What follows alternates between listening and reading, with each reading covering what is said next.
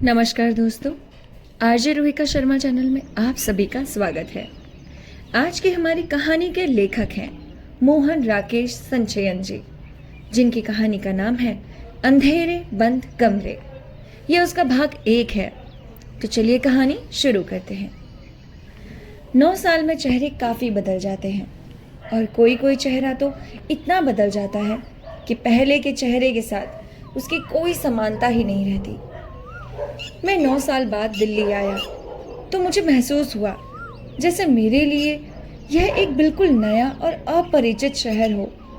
जिन लोगों के साथ कभी मेरा रोज का उठना बैठना था, उनमें से कोई एक तो अब बिल्कुल ही नहीं पहचाने जाते। उनके नयन नक्श वही थे, मगर उनके चेहरे के आसपास की हवा बिल्कुल और हो गई थी। हम लोग कभी आमने सामने पड़ जाते तो हल्की सी हेलो हेलो के बाद एक दूसरे के पास से निकल जाते, और हेलो कहने में भी केवल होठ ही हिलते थे, शब्द बाहर नहीं आते थे। कई बार मुझे लगता था कि शायद मेरे चेहरे की हवा भी इस बीच इतनी बदल गई है कि परिचय का सूत्र फिर से जोड़ने में दूसरों को भी मेरी तरह ही कठिनाई का अनुभव होता है। हालांकि कुछ लोग ऐसे भी थे जो काफी खुलकर मिले और जिनसे काफी खुलकर बातें हुई, मगर उनके पास बैठकर भी मुझे महसूस होता रहा कि हम लोगों के बीच कहीं एक लकीर है, बहुत पतली सी लकीर, जिसे हम चाह कर भी पार नहीं कर सकते, और उसके इधर उधर से हाथ बढ़ाकर ही आपस में मिलते हैं। कहाँ क्या बदल गया है ये ठीक से मेरी समझ में नहीं आता था, क्योंकि कुछ लोग तो ऐसे थे कि उनके चेहरे मोहरे में जरा भी फर्क नहीं आया था। मेरे बाल कनपटियों के पास से सफेद होने लगे थे, मगर उनके बाल अब भी उतने ही काले थे जितने 9 साल पहले। यहाँ तक कि कभी कभी मुझे शक होता था कि वे सर पर खिजाब तो नहीं लगाते, मगर उनके गालों की चमक भी वैसी ही थी, उनके ठहाकों की आवाज भी उसी तरह गूंजती थी। इसलिए मुझे मजबूरन सोचना पड़ता था कि खिजाब वाती बात भी गलत ही होनी चाहिए। फिर भी कई क्षण ऐसे आते थे जब वे परिचित चेहरे मुझे बहुत ही अपरिचित और बेगाने प्रतीत होते थे। हरबंस को 9 साल बाद के बाद मैंने पहली बार देखा। उसका चेहरा मुझे और चेहरों की बनबिस्त कहीं ज्यादा बदला लगा। उसके गालों का मांस कुछ थलथला हो गया था, जिससे वह अपनी उम्र से काफी बड़ा लगने लगा था। उसे देखते ही पहला विचार मेरे दिमाग में आया कि क्या मैं भी अब उतना ही बड़ा लगने लगा हूं। उसके सर के बाल काफी उड़ गए थे, जिसे उसे देखते ही सिलिव रिकन की विज्ञापन याद आती। मैं उस संध्या हाउस के स्टॉप पर बस से उतरा था और कॉफी की एक प्याली पीने के इरादे से कॉफी हाउस की तरफ जा रहा था। तभी पीछे से अपना नाम सुनकर मैं चौंक गया। पीछे मुड़कर देखते ही हरबंस पर नजर पड़ी तो मैं और भी चौंक गया। मुझे जरा भी आशा नहीं थी कि इस बार दिल्ली में उससे मुलाकात होगी। 9 साल पहले जब मैं यहाँ से गया था, तब से वह मेरे लिए विदेश में ही था। मैं सोचता था कि मेरे एक और दोस्त की तरह, जिसने पोलैंड की एक विधवा से शादी करके वहीं घर बसा लिया है, वह भी शायद बाहर की कहीं बस गया होगा। जाने से पहले वह कहता भी यही था कि अब वह लौटकर इस देश में कभी नहीं आएगा। मैं उसके पास गया। हरबंस, तुम? मैं ठिठक कर उसके लंबे डिलडॉल को देखता रह गया। वह हाथों में 2-1 पैकेट संभाले हुए बहुत उतावली तरफ से मेरी तरफ आ गया। उसकी चाल में वही पुरानी लचक थी, जिससे मुझे कुछ बदला हुआ चेहरा भी उस समय बदला हुआ नहीं लगा। मैंने अपना हाथ उसकी तरफ बढ़ाया तो उसने मेरा हाथ नहीं पकड़ा। अपनी पैकेट वाली बाह मेरे कंधे पर रखकर मुझे सीधा सटा लिया। अरे तुम यहाँ मधुसूदन, उसने कहा। मैंने तो समझा था कि तुम अब बिल्कुल अखबार निवीस हो गए हो। दिल्ली में तुम्हारा बिल्कुल आना जाना नहीं होता। 3 साल में आज पहली बार देख रहा हूं। हम लोग जनपद के चौराहे पर खड़े थे और मैं बत्ती का रंग बदलने की राह देख रहा था। बत्ती का रंग बदलते ही मैंने उसकी बाह पर हाथ रखकर कहा, आओ सड़क पार कर ले। उसे मेरा ये सुझाव अच्छा नहीं लगा, मगर उसने चुपचाप मेरे साथ सड़क पार कर ली। सड़क पार करते ही वह रुक गया, जैसे कि अपनी सीमा से बहुत आगे चला आया हो। मैं एक तरह से 9 साल के बाद यहाँ आया हूँ, मैंने कहा। बीच में मैं 2-4 बार एक एक दिन के लिए आया था, मगर वह आना तो ना आने के बराबर ही था। मगर मुझे ऐसा लगा जैसे मेरी बात की तरफ उसने ध्यान ही नहीं दिया। उसकी आंखें मेरे कंधों के ऊपर के सड़क के पार किसी चीज को खोज रही थी। मैंने पूछा, तुम बाहर से कब आए? मैंने सोचा था कि तुम अब बाकी जिंदगी लंदन या पेरिस में ही काट लोगे। जाने से पहले तुम्हारा इरादा भी तो यही था। ये कहते हुए उसने मुझे सहसा नीलिमा के नाम से लिखे हुए पत्रों की याद आ गई और मेरा मन एक विचित्र उत्सुकता से भर गया।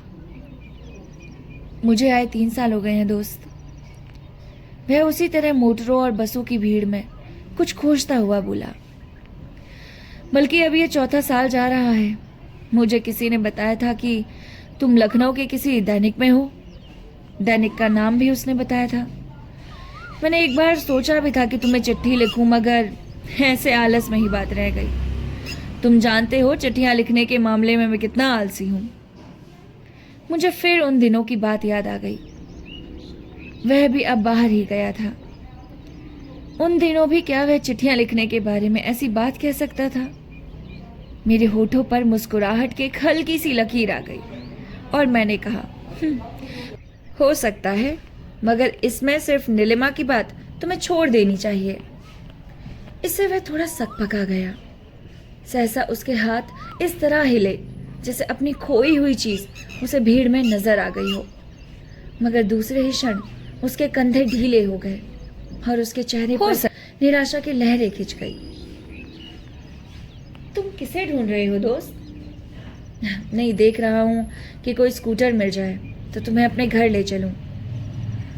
उसका ये सोच लेना कि मुझे साथ घर ले जाने के लिए उसका मुझसे पूछना जरूरी नहीं है, मुझे अच्छा नहीं लगा।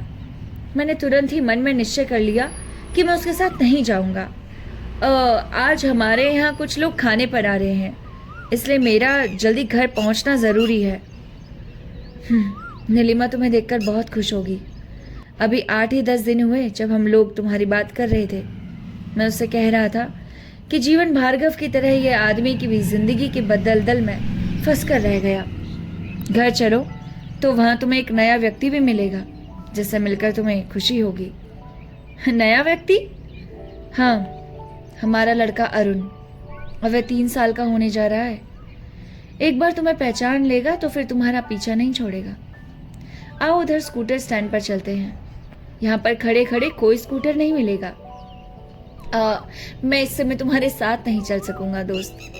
फिर किसी दिन चलूंगा, या तुम मुझे घर का पता बता दो, मैं अपने आप किसी दिन पहुंच जाऊंगा।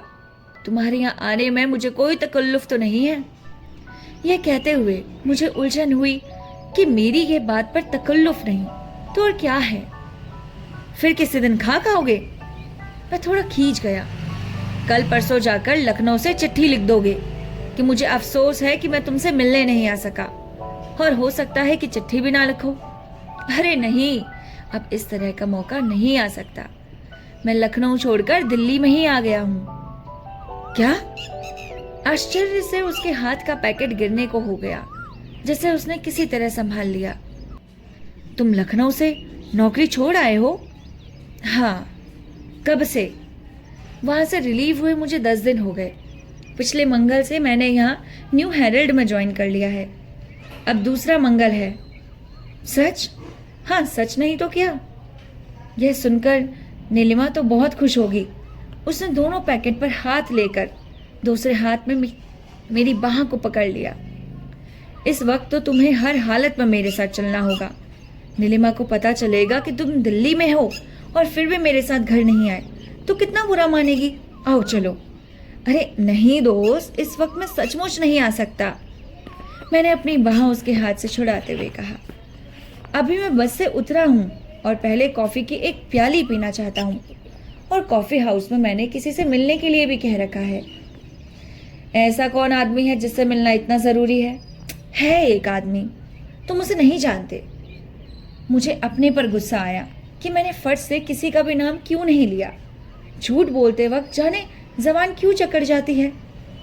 उसे झूठ बोलने का सारा मजा किरकिरा हो जाता है और दूसरे को भी फौरन पता चल जाता है कि बात झूठ कही गई है। तो चलो मैं भी तुम्हारे साथ चलता हूँ, वह बोला। कॉफी की एक प्याली पी लो, उस आदमी को जिस तरह किसी तरह टाल दो। घर तुम्हें मैं आज अपने साथ लेकर ही जाऊंगा। मैं अपना हट दिखा चुका था और किसी से मिलने की बात थी ही नहीं, इसलिए मेरा मन हुआ कि अब मैं सीधे उसके साथ चला जाऊं। मगर अपनी बात मुझे रखनी थी, इसलिए मैंने कहा, अच्छा आओ वहां चलकर देख लेते हैं। उसने 6 बजे मिलने की बात की थी, वह नहीं मिला तो मैं तुम्हारे साथ चल लूंगा। अपनी तरफ से तो मैं उसके सामने सच्चा रहूंगा कि मैं वक्त पर पहुंच गया था। हरबंस और उसके सारे साहित्य और कला संबंधी ज्ञान की बात बंबई में ही भूलाया था। दिल्ली आकर मैं अपने मित्र अरविंद के पास ठहरा था, जो उन दिनों एक हिंदी दैनिक सहायक संपादक के रूप में काम कर रहा था। अरविंद कस्बापुरा में अपने प्रेस में एक दफ्तरी के साथ रहता था। दफ्तरी जिसे वहां सब लोग ठाकुर साहब कहकर बुलाते थे। कस्बापुरा के उस मुसलमान मोहल्ले में एक टूटे फूटे घर में नीचे की 2 कोठरियों पर कब्जा किए हुए था, जिनमें से आगे की कोठरी में अरविंद रहता था और पीछे की कोठरी में वह स्वयं अपनी पत्नी और 7-8 बच्चे की माँ लड़की के साथ रहता था। अरविंद खाना भी उसके यहीं खाता था। उसे कुछ मिलाकर 75 रुपये महीना देता था। मेरे आने पर 25 रुपये महीने और देकर उसने मेरे खाने की व्यवस्था भी साथ ही कर दी। दफ्तरी की पत्नी, जिसे हम कभी ठकुराइन और कभी भाभी कहकर बुलाते थे, बहुत स्नेह और चाव से हमें खिलाती थी। कभी कभी तो मुझे लगता था कि वह अपने ठाकुर साहब को उतना अच्छा खाना नहीं देती जितना अच्छा हमें देती है। अरविंद की जब दिन की ड्यूटी होती थी तो वह दोपहर का खाना दफ्तर से लाया करता था, और जब रात की ड्यूटी होती थी तो ठकुराइन 12-1 बजे आने पर भी उसे गरम गरम खाना खिलाती थी। खाना खाते समय अरविंद ठकुराइन से कुछ ना कहता, ना कुछ चुगल करता रहता। ठकुराइन तर माल तो सब ठाकुर साहब को दे देती है, हमारे आगे तो रूखा सूखा बच जाता है, वही रख देती है। वह कहता, अभी तुम तर माल के लायक हो कहाँ लाला? ठकुराइन हंस कर कहती, अभी तो तुम बच्चे हो, तर माल खाओगे तो बिगड़ नहीं जाओगे। अरे तुम तो ठकुराइन सारी उम्र हमें बच्चा ही बनाए रखोगी, अरविंद कहता। आखिर हमें किसी तरह बड़े भी तो होना है, हमें कभी तो कुछ खिलाया करो। जब खाने लायक हो जाओगे तो मांग कर नहीं खाओगे। ठकुराइन हंसती रहती, पतीली में से निकाल कर खा जाया करोगे। जिस दिन इतनी हिम्मत आ जाएगी उस दिन ठकुराइन को नहीं पूछोगे, जहां पतीली देखोगे वहीं मुंह मारने लगोगे। कहते कहते ठकुराइन को ना जाने क्या लगता कि वह सर पर कपड़ा ठीक कर लेती। अपनी मैली धोती के सुराग भी वह जिस तरह ढक लेती। इस तरह कहीं मुंह मारेंगे तो जूता नहीं खाएंगे, अरविंद कहता। पकड़े जाओगे तो जूता भी खाओगे, मगर जो जूती से डरता हो उसे तर माल की बात नहीं करनी चाहिए। क्यों छोटे लाला? मैं हूँ हाँ में उत्तर देकर कम्बल ओढ़ लेता। ठकुराइन फिर कहती, हमारे छोटे लाला तो बिल्कुल साधु संत आदमी है, इन्हें रूखा सूखा जो भी मिले तो भी इनका पेट भरा रहता है। मेरा ख्याल है इन्हें भूख लगती ही नहीं। अरविंद मेरी चुकटी काट देता, क्यों बे, बोलता क्यों नहीं? ठकुराइन ठीक कहती है, मैं कंबल उतार कर कहता। क्या ठीक कहती है? कि मुझे भूख नहीं लगती। आज सुबह गोभी की सब्जी इतनी अच्छी बनी थी, फिर भी मुझसे सिर्फ 2 ही रोटी खाई गई। धत तेरे की।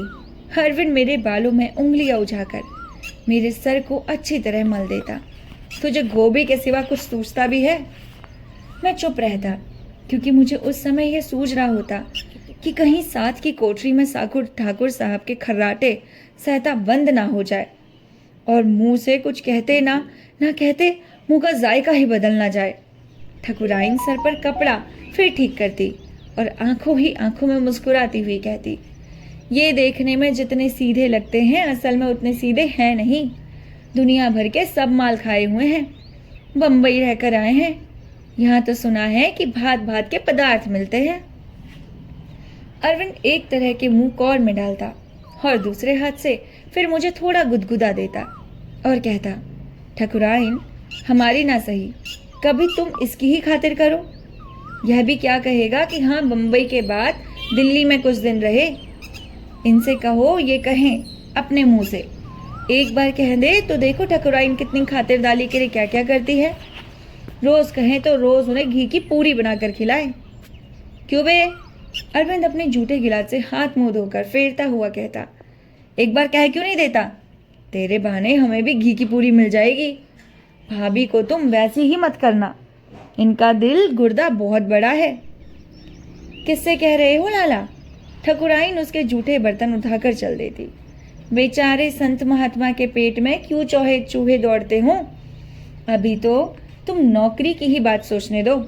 नौकरी हो जाएगी तो दुनिया भर के तरमाल में भी अपने आप उड़ाने को मिल जाएगा।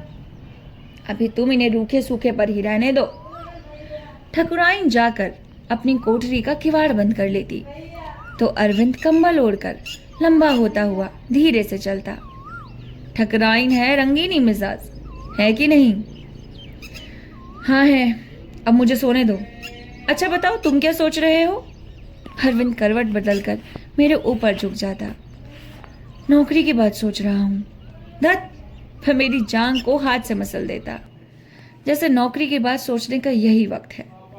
तुम्हें पता होना चाहिए कि बेकार आदमी हर वक्त एक ही बात सोचता है। अच्छा यार, एक बात बताओ। उसका स्वर बहुत धीमा और रहस्यपूर्ण हो जाता है। अगर ठकुराइन को और थोड़ा टपटोला जाए तो तुम्हारा क्या ख्याल है?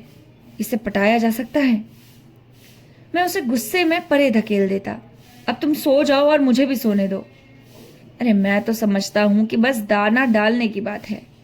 सीधा पड़ा पड़ा कहता। अगर दाना ठीक से डाला जाए तो कोई बात नहीं कि ठकुराइन मान ना जाए।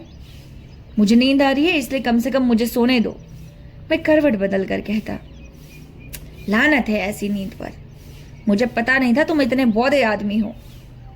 और बहुत जल्दी ही उस कंबल के खर्राटे भरने की आवाज सुनाई देती। मैं देर तक जगता हुआ आने वाले कल की बात सोचता। उन दिनों एक एक दिन मैं बहुत जुगत वियोद से काट रहा था। मासिक इरावती के दफ्तर में 150 की नौकरियां मिलने की आशा थी, मगर संपादक महोदय हर रोज चाय कॉफी पिलाकर विदा कर देते और निश्चित बात का कुछ पता नहीं देते। शायद उन्होंने मेरी तरह किसी और को भी लटका रखा था और अपने मन में तय नहीं कर पा रहे थे कि किसे रखे और किसे मना करे। मेरी कुछ एक कविताएं उस पत्रिका में प्रकाशित हो चुकी थी, इसलिए वो बात बहुत मुलायम ढंग से करते थे।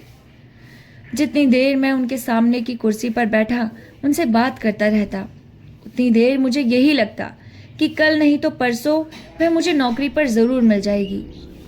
मगर उनके दफ्तर की सीढ़ियाँ उतरते ही मन का निराशा का भूत सवार हो जाता। बम्बई से आते समय जो 125 रुपये जेब में थे वो अब समाप्त होने को थे। मेरी समझ में नहीं आ रहा था कि जब जेब बिल्कुल खाली हो जाएगी तो एक भी दिन कैसे काटूंगा। इसलिए ठकुराइन के साथ अरविंद की चुहल से कभी कभी मेरा मन बहुत झुंझला उठता। नफ्स की भूख से पेट की भूख बड़ी होती है, यह सूत्र उन दिनों मुझे बहुत सार्थक प्रतीक होता था। मुझे गुस्सा आता था कि इतने बड़े सूत्र का अर्थ अरविंद की समझ में क्यों नहीं आता। कोठरी में रात को चूहे बहुत शोर मचाते। कभी कोई चूहा पैरों की तरफ चींची करता और फिर कंबल के ऊपर आ जाता। अरविंद बिल्कुल निश्चिंत और बेढके खर्राटे भरता रहता। साथ के कमरे में कोई कटोरी गिनकर झंझना उठता या ठाकुर साहब की चारपाई चरमराने लगती। मुझे वहां लेटे लेटे कई बार घुटन महसूस होने लगती थी।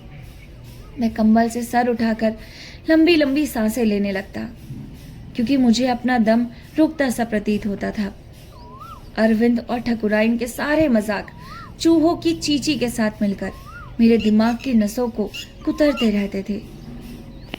मैं सोचता था, क्या ठकुराइन सचमुच वही चाहती है जो अरविंद समझता है कि वह चाहती है?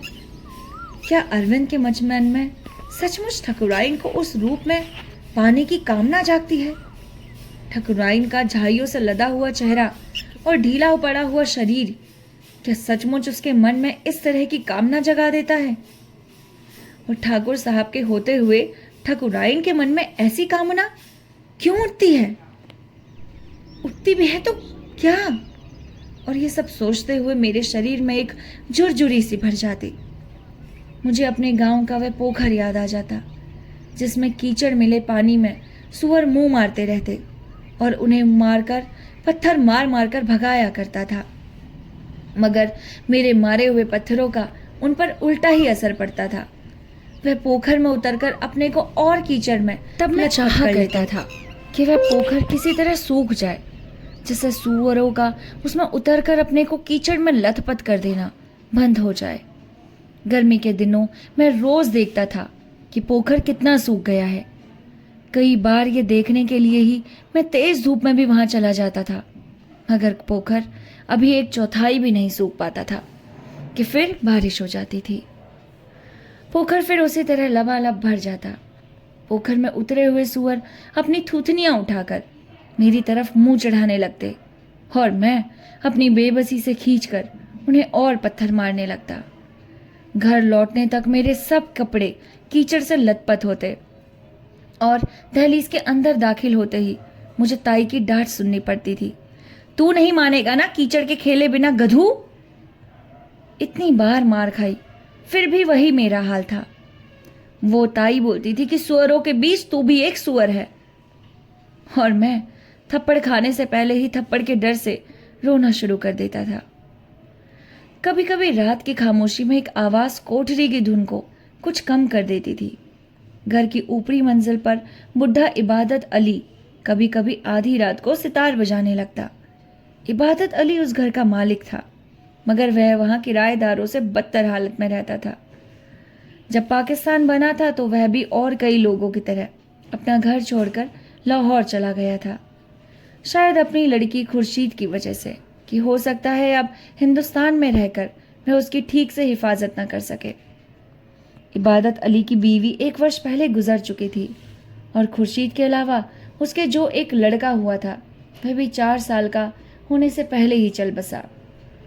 विभाजन से पहले वह खुद खुर्शीद के साथ घर के उस हिस्से में रहता था जो अब ठकुराइन के पास था, और बाकी हिस्सों में मुसलमान किराएदार रहते थे।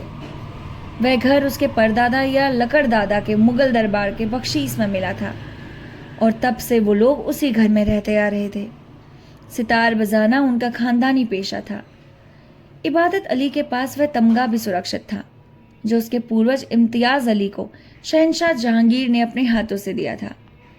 सितंबर सन 47 के दंगों में जब घर के सब किराएदार घर खाली करके चले गए तो आसपास के लोगों को विश्वास दिलाने पर भी जब तक कि वे वहां हैं कोई उसका बाल बाका नहीं कर सकता, वह निश्चित नहीं हो सका और एक शाम चुपचाप घर छोड़कर अपनी लड़की के साथ वहां से चला गया। इस बीच पाकिस्तान से आए हुए हिंदू शरणार्थियों ने उसके घर पर कब्जा कर लिया। 3 महीने लाहौर में रहकर जब उसका दिल वहां किसी तरह नहीं लगा तो वह जिस तरह एक शाम गया था उसी तरह एक शाम अपनी लड़की को लिए हुए दिल्ली लौट आया। आते हुए उसके अपने घर में आए हुए मेहमान अब उस पर मालिक बने हुए हैं, तो उसे उन नागवार गुजारा और तभी से उसके दिल में दौरे पड़ने लगे। वह कुछ दिन पीछे की गली में मस्जिद कसाब के यहाँ रहा। बाद में कस्टोडियम को अर्जियां दे देकर उसने किसी तरह का घर का ऊपरी हिस्सा खाली करा लिया और अपनी लड़की के साथ वहां चला आया। घर के हिंदू किराएदार यूं भी खार खाते थे और मुसलमान का छुआ पानी पीने में उनका धर्म भी उतरा जाता था, इसलिए वे उसे या तो उसकी लड़की को आंगन के पंप में पानी नहीं भरने देते। बुढ़ा इबादत अली तो इस पर सब्र कर जाता, मगर उसकी लड़की को यह बर्दाश्त नहीं था।